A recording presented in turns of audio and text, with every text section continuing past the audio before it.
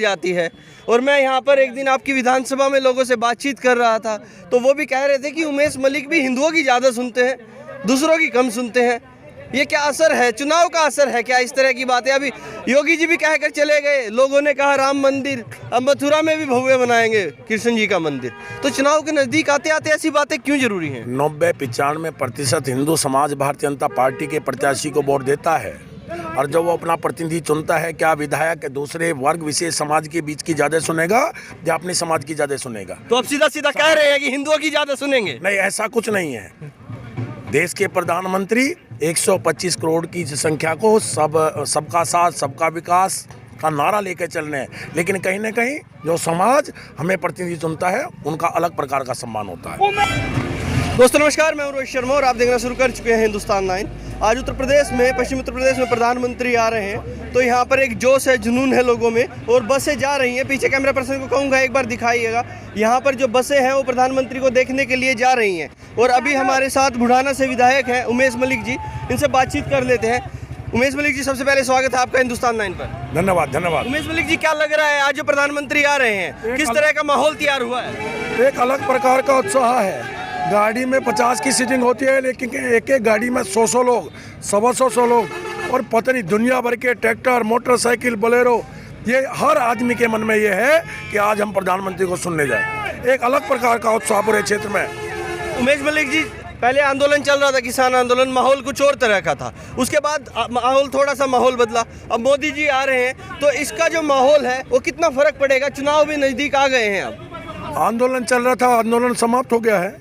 राष्ट्र के लिए, राष्ट्र के सम्मान के लिए मोदी जी ने सारे बिल वापस लिए। इसका एक बहुत बड़ा संदेश गया, समाज के बीच में बहुत बड़ा संदेश है। किसान खड़े हो गए हैं। पिछली बार उत्तर प्रदेश के अंदर 312 सीट आई थी, इस बार 350 आने वाली है। 350 आने वाली है। विधायक उमेश मलिक जिंदाबाद। नहीं, गठबंधन है एक साइड में और अब की बार एक चीज जोर देखने को मिल रही है, किसान आंदोलन के सहारे कहीं ना कहीं आरएलडी भी मजबूत हुई है और उसके साथ अखिलेश आ गए हैं, समीकरण भी बनता नजर आ रहा है। तो फिर भी इतना कॉन्फिडेंस? गठबंधन के बाद और कमजोर हुए हैं। अगर सीधा सीधा इलेक्शन होता तो मजबूती से इलेक्शन लड़ सकते थे। इस प्रदेश की जनता जनपद मुजफ्फरनगर के दंगे को कभी भुला नहीं सकती। जनपद मुजफ्फरनगर में जो अत्याचार हमारे समाज के ऊपर सपा की सरकार में हुआ था उसे भुला नहीं सकती।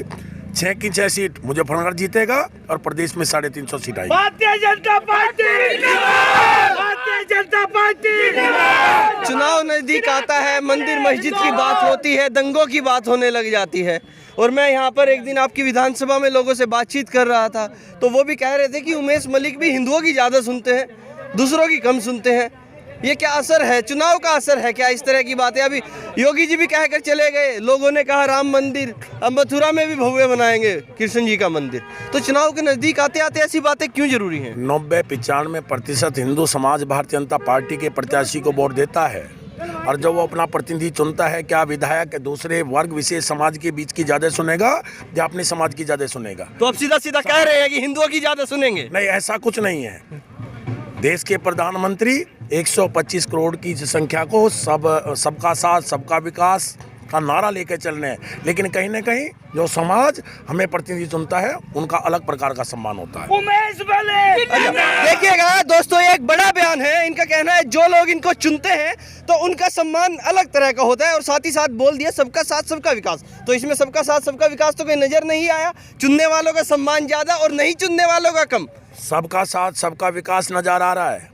जब सपा की सरकार थी आए दिन दंगे होते थे। जब सपा की सरकार थी वर्ग विशेष समाज को, हिंदू मुस्लिम बीच में खाई खड़ी करके दंगा करवाया जाता था। उसका परिणाम आप देख सकते हैं। पिछले 5 वर्षों में उत्तर प्रदेश में कोई दंगा नाम की चीज़ नहीं है।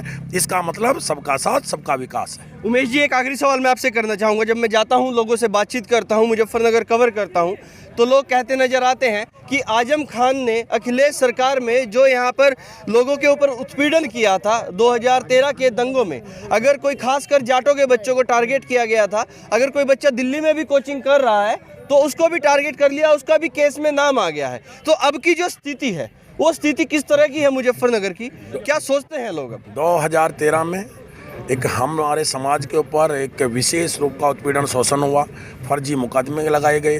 18-28 वर्ष के आयु के लड़कों का अगर कोई बाहर नौकरी भी करता था लिस्ट में देखकर थाने में बैठकर उनके ऊपर FIR की गई।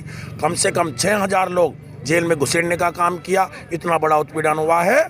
सपा सरकार ने 2013 के उत्पीड़न को ये समाज भुला नहीं पाएगा और 2022 में दोबारा से इस बुढ़ाना विधानसभा से भाजपा का प्रत्याशी चुनाव जीत के जाएगा। आपको लग रहा है टिकट हो जाएगा एक बार फिर से?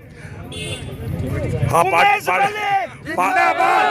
पार्टी अपने प्रत्याशी के रूप में उतार सकती है। पार्टी का निर्णय है। पार्टी का निर्णय रहेगा। हाँ, पार्टी का निर्णय रहेगा। पार्टी का जैसा निर्देश आदेश होगा ऐसा ही काम होगा। चलिए लोगों से बातचीत कर लेते हैं। हम लोगों से बातचीत करने की कोशिश करते हैं। लोगों के क्या नाम क्या है जी? मनोज शर्मा। अच्छा शर्मा जी, क्या लग रहा है माहौल क्या है? माहौल बेहतरीन है, फर्स्ट क्लास। बेहतरीन कैसा?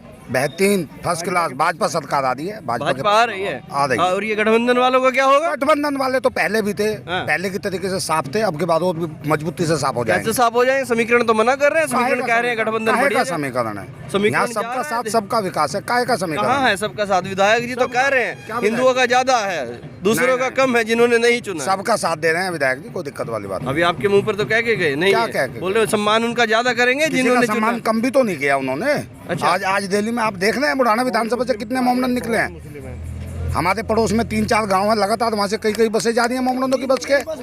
हाँ जी, हमारे पास में बनवाड़ा गांव में 3 बस वहाँ से मोमडनों की भर के गई है। भाजपा के साथ है। मुसलमानों को सबसे ज्यादा राशन मिल रहा है, सबसे ज्यादा मकान मिले हैं। क्या नहीं मिला मोमडनों को? अच्छा भाई साहब कहते युवाओं को रोजगार नहीं, आप भी खड़े हैं तो नहीं, युवाओं को अगर अच्छे तरीके से रोजगार मिला है, क्योंकि आपको पता है कि निष्पक्ष सारी जो है भर्तियां हुई है।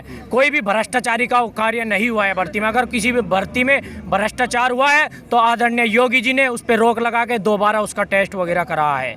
तो ऐसे बिल्कुल निष्पक्ष तरीके से सबको रोजगार मिल रहा है। अच्छा ये अखिलेश यादव और जयंत चौधरी का जो गठबंधन हुआ, अखिलेश कहते हैं कि बाबा अनुपयोगी हो गए उत्तर प्रदेश के लिए, तो क्या लग रहा है आपके? देखो मैं आपको एक बात बताऊं, गठबंधन तो लोकसभा के चुनाव में भी आता। जो नेताओं का जो ये भ्रष्टाचारी दल हैं, जो लूट करने वाला दल है, उनका गठबंधन है, ठगबंधन है। जनता का गठबंधन है। जनता तो भारतीय जनता पार्टी के ही पक्ष में वोट करेगी। जो भारतीय जनता पार्टी जी ने मोदी जी के, योगी जी के नेतृत्व में काम किया है, जनता उससे बहुत खुश है। इतने ऐतिहासिक विकास के कार्य गए आज तक किसी सरकार ने नहीं किए। सुनो मेरी बात, आप रोडों की व्यवस्था देख लो। पूरे प्रदेश के अंदर कितनी अच्छी रोड बना दी गई हैं। और प्रधानमंत्री आवास योजना के अंतर्गत गरीबों को इतने मकान दिए आज तक किसी सरकार ने नहीं दिए। अगर मैं कहूँगा सबसे पहली गरीबों की सरकार भारतीय जनता पार्टी की ऐसी सरकार आई है जो गरीबों की सरकार है और गरीबों का विकास किया है। और मैं कहना चाहूँगा आज गरीबों में इतना उत्साह है, टोटल गरीब जनता, हिंदू और मुसलमान आज भारतीय जनता पार्टी के साथ में खड़ा है। आज हमारी रैली में मुसलमानों के गांव से 3-3, 4-4 बसें भर के आई हैं। तो भारतीय जनता पार्टी भी खड़ी है क्या मुसलमानों के साथ? हाँ, भारतीय जनता पार्टी खड़ी है।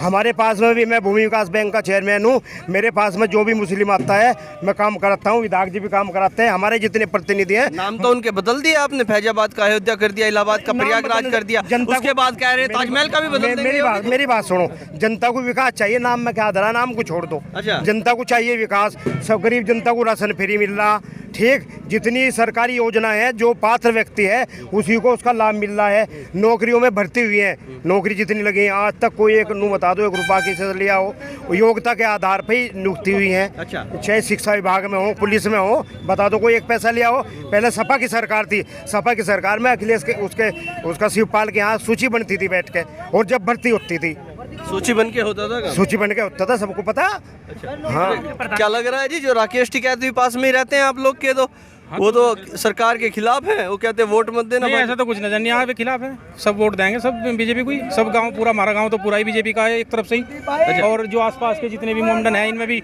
बहुत लोग रैली में भी जा रहे हैं, गाड़ी आ रही है 2-2, 3-3 भर के। अच्छा जी, सब लोग साथ हैं। हमारे गाँव में जितने मोमडन है सब साथ हैं बीजेपी के, कोई ऐसा भड़क का भाव नहीं है। अच्छा। सब बहुत विकास कर रहा है, सबको बिल्कुल बढ़िया काम चल रहा है, एकदम बढ़िया चल रहा है। सब फर्स्ट क्लास काम। अरे ताऊ जी, क्या लग रहा है आपको? माहौल क्या जी मजा आ रहा माहौल में, तो रात दिन कहीं फिरो, कोई दिक्कत ही नहीं। कोई दिक्कत नहीं? लाठी भी रखने की जरूरत नहीं रही। अच्छा, सब बढ़िया हो रहा है। बहुत बढ़िया। अच्छा, कह रहे हो अखिलेश तो कह रहे ये बाबा गए अब की बार। बजी अखिलेश का कहे था कि बाबा जा, बाबा तो जनता का कहे था जा सका था। अच्छा, तो जनता क्या करी? जनता ने पकड़ के बैठा दिया, हल नहीं सकता। हिल नहीं सकता? हल नहीं तो सकता। मामला सही रहे। एक डब्बा एक डब्बा एक डब्बा हमारे साहब है, एक डब्बा। बिल्कुल जी, एक डब्बा है।